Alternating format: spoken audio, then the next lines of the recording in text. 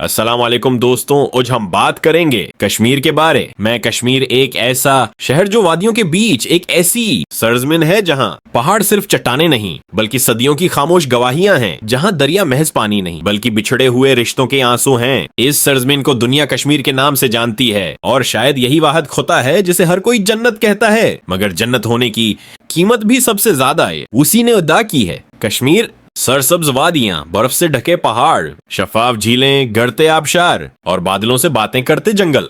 ये इलाका वस्ती एशिया का स्विट्जरलैंड भी कहलाता है। यहाँ सेब, अखरोट और खुबानियां सिर्फ फल नहीं बल्कि लोगों की रोजी रोटी हैं। इन बागात में पसीने की खुशबू बसी हुई है। यहाँ के मैदानों में जब सुबह का सूरज निकलता है तो सैकड़ों भेड़ बकरियां सब्ज घास पर बिखरी नजर आती हैं। ये चरवाहे सादा लोग हैं जो पहाड़ों को अपना घर और फितरत को अपना उस्ताद देते हैं। न गैस है नजदीक सहूलियात, लिकड़ी जलाकर खाना बनता है मगर दिलों में सुकून है। अगर नक्शे पर देखा जाए तो कश्मीर 3 हिस्सों में बटा हुआ है। एक हिस्सा आजाद कश्मीर जो पाकिस्तान के पास है, दूसरा मकबूजा कश्मीर जो भारत के कंट्रोल में है और तीसरा हिस्सा एक्साई चिन जो चीन के पास है। आजाद कश्मीर का दारुल हुकूमत मुजफ्फराबाद है, एक ऐसा शहर जो 2 दरिया नीलम और जहलम के बीच बसा हुआ है। पहाड़ों पर बने घर, नीचे बहता पानी और दरमियान में जिंदगी की एक खामोश रवानी। ये शहर खूबसूरत जरूर है मगर जलजलों और जदाइयों की यादें भी अपने अंदर समीटे हुए है। नीलम वैली की तरफ बढ़ें तो कंडल, शाही वाटरफॉल जैसे मनाजिर सांस रोक लेते हैं। पानी पहाड़ों से गिरता है जैसे आसमान जमीन को छू रहा हो। यहाँ होटल हैं, रिजॉर्ट्स हैं, सीई हैं, मगर साथ ही एक ऐसी लकीर भी है जो खानदानों को जदा करती है।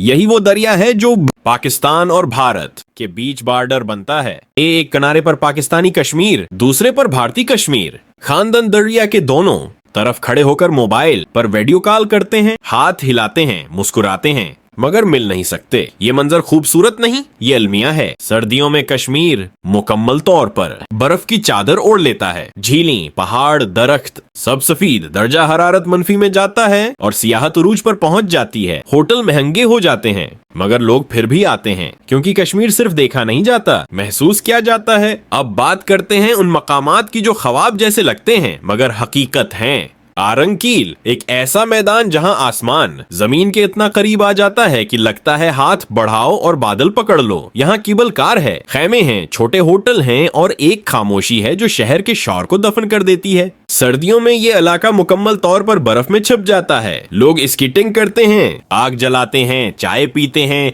और लम्हों को जीते हैं, मगर ये सब कुछ वक्ती है क्योंकि कश्मीर की कहानी सिर्फ खूबसूरती की नहीं। कश्मीर के लोग खुद को ना पाकिस्तानी कहते हैं न भारतीय, वो खुद को सिर्फ कश्मीरी कहते हैं। भारतीय कश्मीर जिसमें श्रीनगर, जम्मू और पुलवामा जैसे शहर शामिल हैं, रकबे में बड़ा और सियाहत के लिहाज से ज्यादा डेवलप है। डल झील एक तैरता हुआ शहर है जहाँ कश्तियां, बाजार भी हैं और घर भी। लोग पानी पर बसते हैं मगर दिलों में खुशकी सी है। यही कश्मीर है जहाँ गुज़श्ता 7 दहाइयों से आग लगी हुई है। सियासत, ताकत, कब्जा और बीच में आम कश्मीरी। मुसलमान अक्सरियत में हैं, बुद्ध मत के मानने वाले भी मौजूद हैं, मगर मसला मजहब का नहीं, हक का है। अक्सर कश्मीरी चाहते हैं कि वो एक आजाद रियासत हूँ, न भारत के नीचे न पाकिस्तान के, मगर दुनिया ताकतूर की संती है, मजलूम की नहीं। रतीक गली, झील जैसे मकामात आज भी गवाही देते हैं कि कुदरत ने कश्मीर को कितनी मोहब्बत से बनाया था। नीलगो शफाफ पानी, एक तरफ पहाड़, दूसरी तरफ मैदान। यहाँ नहाना मना है मगर देखना इबादत लगता है।